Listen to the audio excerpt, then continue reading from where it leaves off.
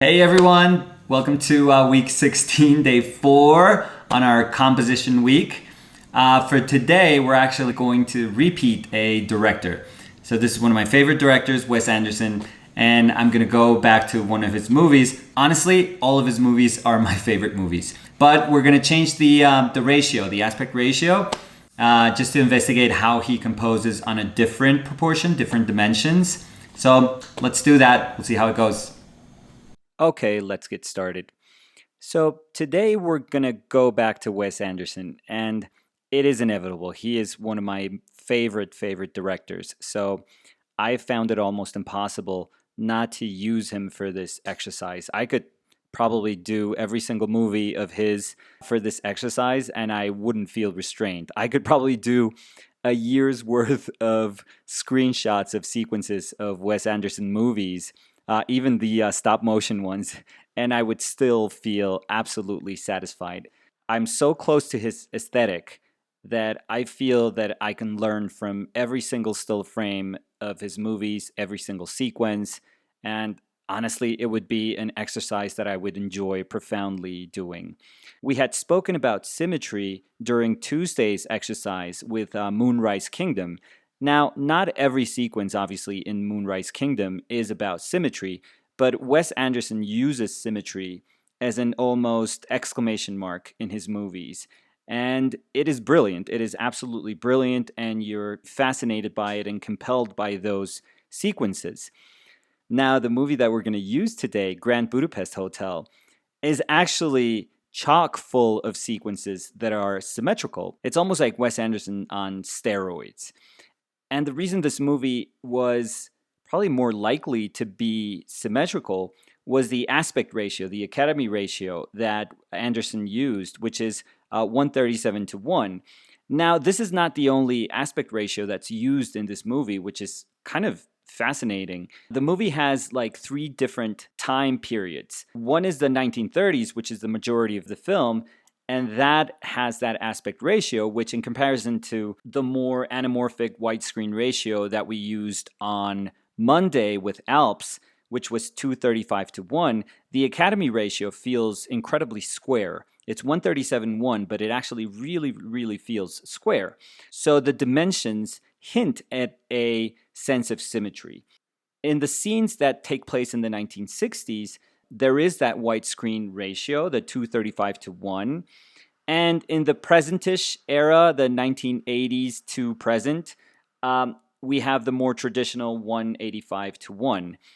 But like I said, aesthetically, what people recognize the most from this movie is the squarer, the Academy ratio, the 137 to 1. So we're going to use that one, and we're going to try to see how that ratio is actually affecting the way the story is being told. Now, again, I actually decided to use, I didn't have to, but I decided to use the symmetrical qualities that Wes Anderson is so known for Moonrise Kingdom, for the painting we did on Tuesday. And a lot of people could say, oh, you should have used it for Grand Budapest because that's where it's most prevalent. I mean, there's tons and tons of sequences that are completely symmetrical and that use an axis and they try to balance the elements that are in both hemispheres constantly. That is a motif that is present in almost every single one of Wes Anderson movies. But I thought it was interesting to use that symmetrical quality in Moonrise Kingdom because, one, I just love that character. I love Sam, and I love how all the tangents, all the perspective is kind of honing into Sam's character. And I absolutely love it. I loved that I could show a little bit of his swagger, of his coolness, just in that little kind of walk that he's doing, checking the dressing rooms, and his entrance into the women's dressing room is it's just absolutely brilliant. That's the sequence before Sam and Susie meet. So I just absolutely love that moment. Like I said, a lot of people could say, oh, you should have used symmetry for Grand Budapest. But I thought it would be interesting to show that even though it is a film where most of its sequences are just gorgeously arranged and just beautifully choreographed in its symmetry, there are moments where you have to kind of breathe because if it was all symmetrical, I don't think it would have been easy to digest. So I thought, well, let's pick one of those moments, one of those sequences that is actually using that square format to its benefit. And it actually still works very, very well. And it's still very, very much so Wes Anderson. In every Wes Anderson movie, you have great characters. But what you also usually have are great pairings of characters. In this movie, in Grand Budapest, you have probably one of the greatest characters, which is Monsieur Gustave, and one of the greatest pairings, which is Gustave and Zero. And the relationship, which eventually turns into like a camaraderie between them, between Gustave and this lobby boy that he's training, just seeing that relationship grow is incredible because there is a sense of them becoming equals, and that's where symmetry would be amazing. But you always realize that Gustave is always going to be in a higher ground, and Zero, you can't be Zero if you're not portrayed at a lower stance. So that's just a perfect name, a perfect character. I absolutely loved that lobby boy. So this sequence is actually right after Gustave escapes from prison, and that sequence of him escaping from prison is just incredibly brilliant. But that whole sequence is actually 95% symmetry. All of those shots are just symmetrical shots. And this is a moment a little bit after that where they are in this kind of almost barren landscape, winter landscape, and they're in this phone booth. And Gustav calls the the special service of the Society of the Crossed Keys. So it's a very, very important moment of the movie. And this is where he's super, super grateful for Zero for aiding him in his escape. But what's delightful is that even though you sort of get a sense of them becoming equal characters, what you realize is that they're not. They're always going to be different. And the framing of this image just feels absolutely wonderful in portraying that, in the sense that they do need each other. Zero has helped him escape, but still, when they get to the phone booth, only Gustav can make this call. So he's higher up in the picture plane, Zero being lowered. And what's fascinating about this is the framing within framing. Now, we'll talk about that, but I also wanted to mention that I chose this particular shot because even though what I'm interested in portraying in these exercises has to do with composition, I also feel like it was important for me to emphasize the fact that color can actually tell a story too. So with most of the images that we've painted Monday through Wednesday, we've had a warmish palette. There's always warm yellow hues, warm orange hues, warm red hues that are kind of dominating the whole painting. In this one, I thought, well, it's kind of cool if we try to balance the idea of composition with the notion that color can also tell a story.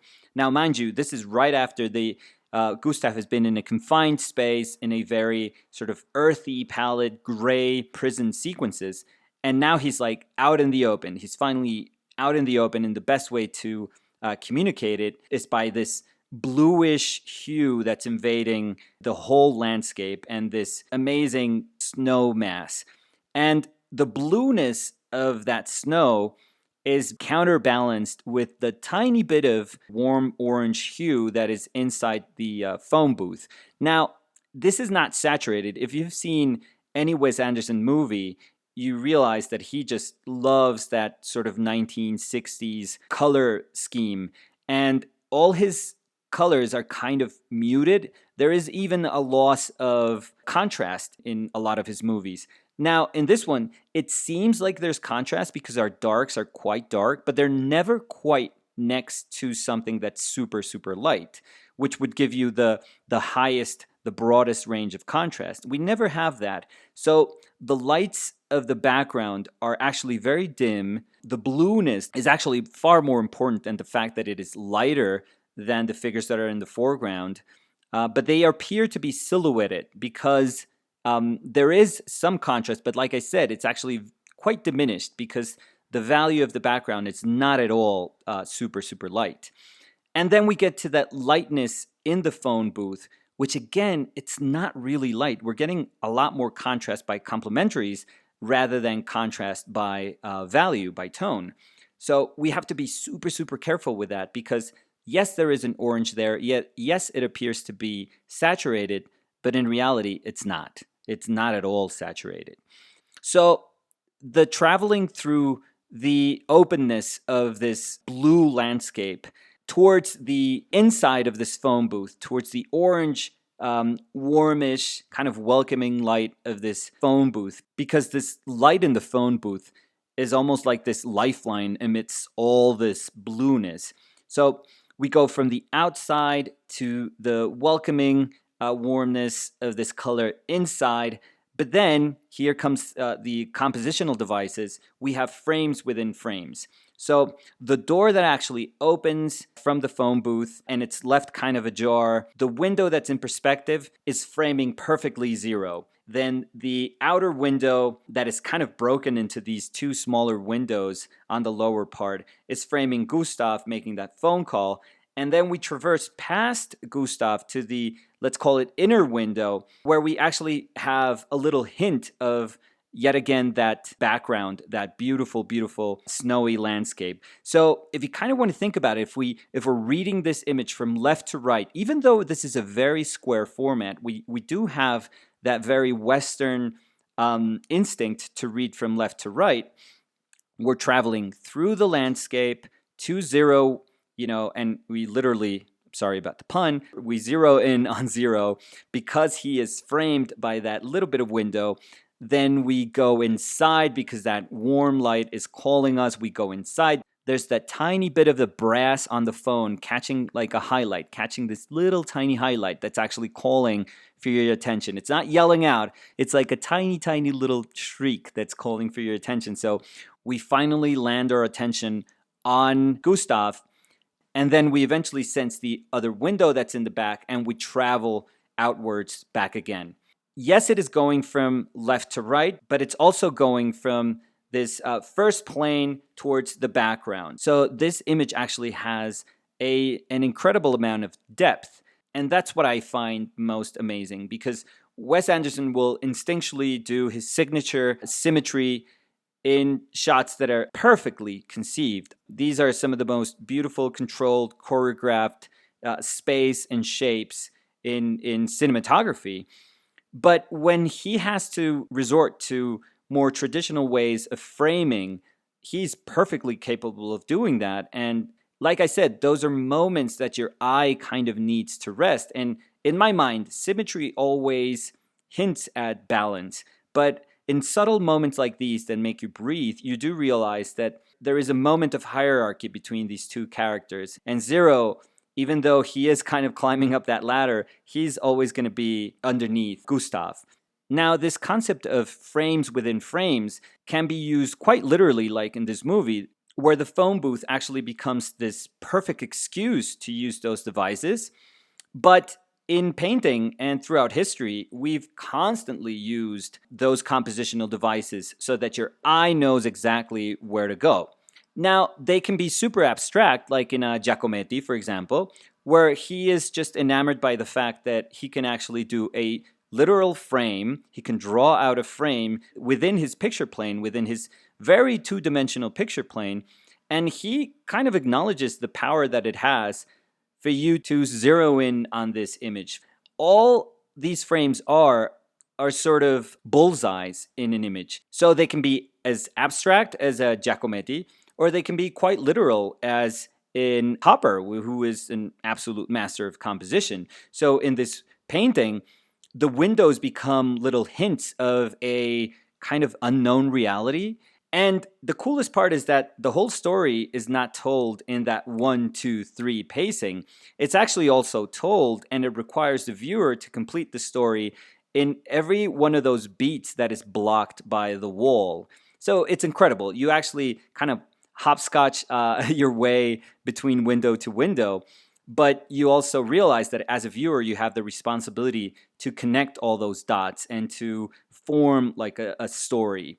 So again, windows being these thresholds to a sort of another reality or another moment in this reality that is being presented to us, they are devices, they are elements that invite us to traverse the image. And they actually hold immense power because they can tell us, stop, this is important.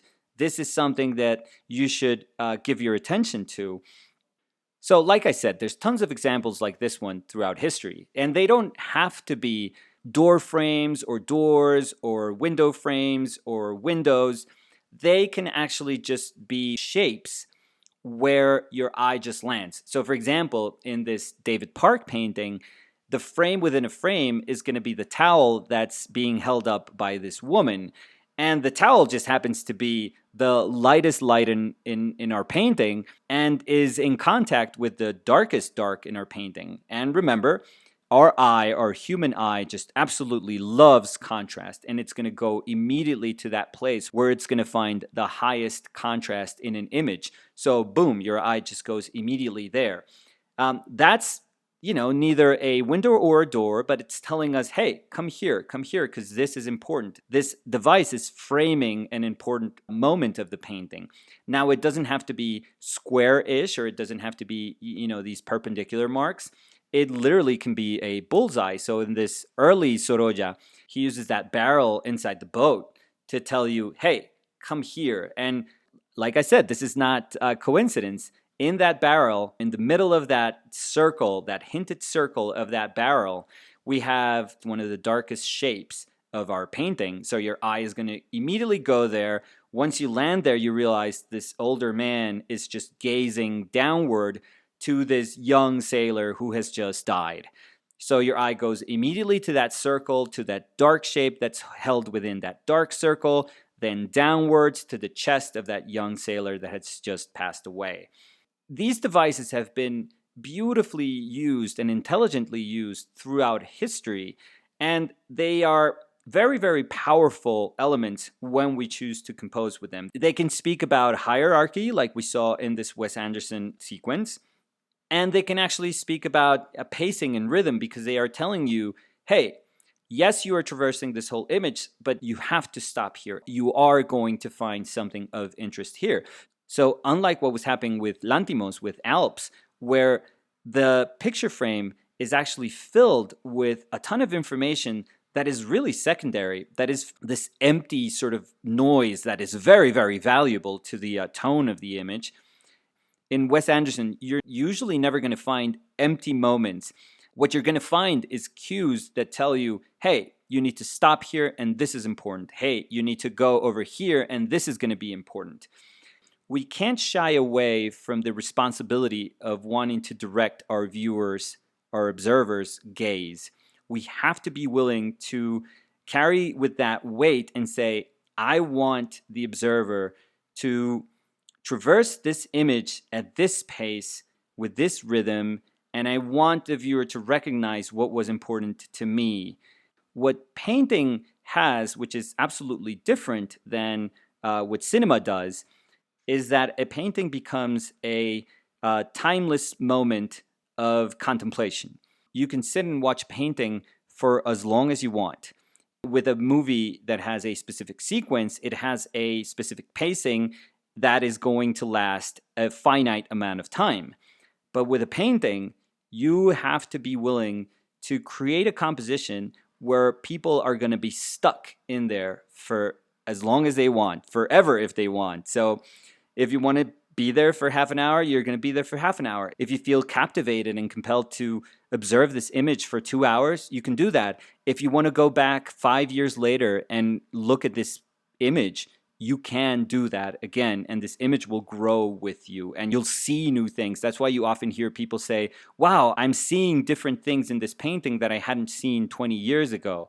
That's because we as observers have grown, but it's also because our perception has developed through time. We are also going to find different moments of the painting that we want to give hierarchy to. I think what this exercise is proving is that we have to be willing to control the variables in our image. We have to be willing to say, I want this to happen in my painting, and we can't be shy about it, and we can't shy away from it. That was it for today. I was super happy to go back to Wes Anderson. Like I said, he's one of my favorite, if not probably my favorite director. I could do this exercise for a whole year and not feel like I've wasted my time. I would probably learn a ton of stuff every single time I would go back to watching any one of his movies. So, like I said, this is an invitation. You don't have to like the directors or the movies that I am portraying. Hopefully, this exercise you're doing for yourselves, like you are reflecting upon the movies that you like, you're reflecting upon the directors that you like, and you're trying to figure out why the tone of the movie is emphasized by the decisions that were put on screen. So that was it for today. I hope you guys enjoyed it. Tomorrow, we're going to have our last day on this composition week, and it's going to be pretty different, a very, very different format. So we'll see how we do tomorrow. Thank you guys for hanging out. I'll see you tomorrow. Bye.